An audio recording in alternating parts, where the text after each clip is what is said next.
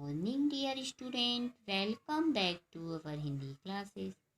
Previous video में हमने chapter number 5 Shahjahanpur का खिलनी बाग का पेज नंबर 45 4 तक कंप्लीट कर लिया था। अब आज हम उसके आगे पढ़ते हैं। तो हम पहले रिवाइज कर लें कि हमने कहाँ तक पढ़ा था। हमने पढ़ा था कि मृषि जी थोड़ा गंभीर हो जाते हैं और बताते हैं लेखक को कि ये घर एक इतिहास है। हमने सोचा था कि यहाँ एक स्मारक बनेगा जिनकी बदौलत हमको आज़ादी मिली है उनके लिए, किंतु शासन में बैठे लोग तो अपना ही इतिहास उजागर करने में जुटे हुए हैं और इसलिए मैंने इसको नहीं खरीदा था कि ये एक यादगार के तौर पर है। परंतु अपने देश में सभी कुछ है किंतु देशभक्ति नहीं है। और फिर मैं नारायण जी और मिश्र जी से विदा लेता हूँ और गली गली चला आ रहा हूँ। आता हूँ तो देखता हूँ सड़क के बाईं तरफ एक वयोवृद्ध वैद्य जी का घर है और जो आराम कुर्सी पे बैठे हैं और अलमारी में क्या रखी हैं दवाइयाँ, और एक व्यक्ति बोरा बिछाए ईमानदस्ती पे जड़ी बूटियों को कूट रहा है। अब मैं उनसे विस्मिल जी के बारे में पूछता हूँ तो वो क्या बोलते हैं, मुझे तो शर्म आती है जब कोई उनके बारे में पूछता हूँ, क्योंकि काकोरी केस के जितने भी शहीद हैं तो उनकी क्या हुई, बहुत घोर उपेक्षा की गई। और वो बताते हैं कि देखो विस्मिल जी की प्रतिमा की दुर्दशा, ये मेरे को देखी नहीं जाती। वो इशारा करके प्रतिमा को बताते हैं। अब देखते इसके आगे क्या होता है।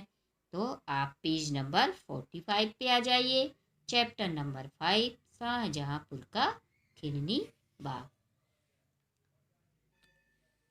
किससे कहा जाए, वो कहते हैं वैद्य जी किससे कहा जाए, कोई तो सुनने वाला नहीं है। कोई सुनने वाला नहीं, किससे कहें।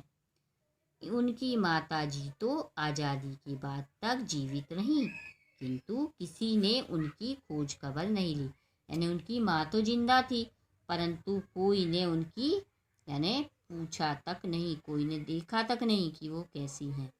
विस्मिल की माता जी ने ही तो उन्हें ऐसा गढ़ा था कि वे देश के लिए कुर्बान हो गए। यानी उन्होंने गढ़ा था यानी बनाया था कि वो देश के लिए कुर्बान हो गए, मर मिट गए। माता जी के द्वारा दिए गए 125 रुपये से ये उन्होंने ग्वालियर में टोपीदार 5 फायर वाला रिवाल्वर खरीदा था। यहाँ यहीं गर्रा नदी के किनारे ही तो वे अभ्यास करते थे। लखनऊ कांग्रेस में जाने के लिए माता जी ने ही उन्हें पिताजी के विरोध के बावजूद रुपए दिए थे। यानी वो क्या बताते हैं वैद्य जी कि उनकी माँ ने ही तो उन्हें इतना अच्छा बनाया कि वो देश के लिए कुर्बान हो गए यानी मर मिट गए। और उनकी माता जी ने ही 125 रुपये दिए थे। तो उन्होंने ग्वालियर में क्या खरीदा था, टोपीदार एक 5 फायर वाला एक रिवाल्वर खरीदा। और गर्रा नदी पर ही वो क्या किया करते थे, प्रैक्टिस अभ्यास करते थे रोज चलाने का। और लखनऊ कांग्रेस में जब वो भर्ती हुए तो माता जी ने क्या किया था, पिता ने से विरोध करके, पिताजी उनके विरोध कर रहे थे, इसके बाद भी उनने उनको रुपए दिए थे जाने के लिए। तो ऐसी वंदनी जननी की तो स्वतंत्रता के बाद पूजा होनी चाहिए थी किंतु वे उपेक्षा के गर्त में पड़ी रही।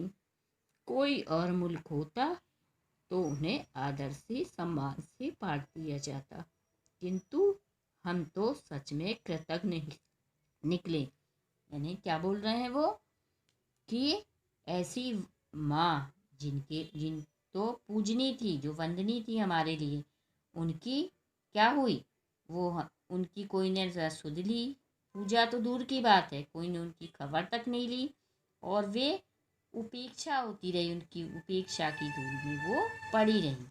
और कोई देश होता तो उनका बहुत आदर होता और सम्मान से उनको पूरा ढक दिया जाता, पाट दिया जाता, यानी ढक दिया जाता। किंतु हम तो सच में क्या निकले, बहुत बेकार निकले। ठीक है, अब मैं नगर पालिका की ओर चल पड़ता हूँ। इसके बाद कहाँ पहुँचते हैं, नगर पालिका की। टाउन हॉल के सामने कुछ व्यापारी हड़ताल पर बैठे हैं। टाउन हॉल के सामने कौन बैठे, कुछ व्यापारी हड़ताल पे बैठे हैं। उनमें एक सभासद भी हैं। उनसे विस्मिल के विषय में पूछताछ करता हूँ। एक सभासद हैं, उनसे किसके विषय में, विस्मिल के विषय में मैं पूछता हूँ, किंतु उन्हें इस विषय में कोई रुचि नहीं, वो कोई रुचि नहीं दिखाते। कई और नवयुवक वहीं खड़े हैं। बातचीत करने पर पता चलता है कि विस्मिल का जन्म स्थान तक नहीं जानते। जब मैंने उनसे बात की तो वे विस्मिल जी का जन्म स्थान तक नहीं जानते। ठीक है, अब आगे देखते हैं। इसी परिसर में टाउन हॉल के सामने विस्मिल की प्रतिमा और के पास अशफाकुल्ला, रोशन सिंह और प्रेम कृष्ण खन्ना की प्रतिमाएं भी लगी हैं। इन रंगी चुंगी प्रतिमाओं का रखरखाव अच्छा है, यही सही द्वार भी है। यानी कि उनके साथ अशफाकुल्ला, रोशन सिंह और प्रेम कृष्ण खन्ना और भी कई प्रतिमा लगी है, और इन प्रतिमा का रखरखाव बहुत अच्छा है, और यहीं पर शहीद द्वार भी है। फिर घूमता घूमता लाई चना कुटक्ता में कहाँ पहुँचता हूँ, नगर की चौड़ी धचकोलेदार सड़क पर रिक्शे पर चला जा रहा हूँ। यानी नगर की सड़क पर मैं घूमता घामता और लाई चना को खाता मैं कहाँ चला आ रहा हूँ, चौड़ी है सड़क किंतु धचके लग रहे हैं उसके, और मैं रिक्शे से चला जा रहा हूँ। ठीक है बच्चों, आपका होमवर्क है कि आप इसको रीडिंग करना जितना पढ़ाया गया है, और क्लास वर्क कॉपी कंप्लीट करना। नेक्स्ट वीडियो में हम आपसे फिर मिलेंगे, तब तक के लिए टेक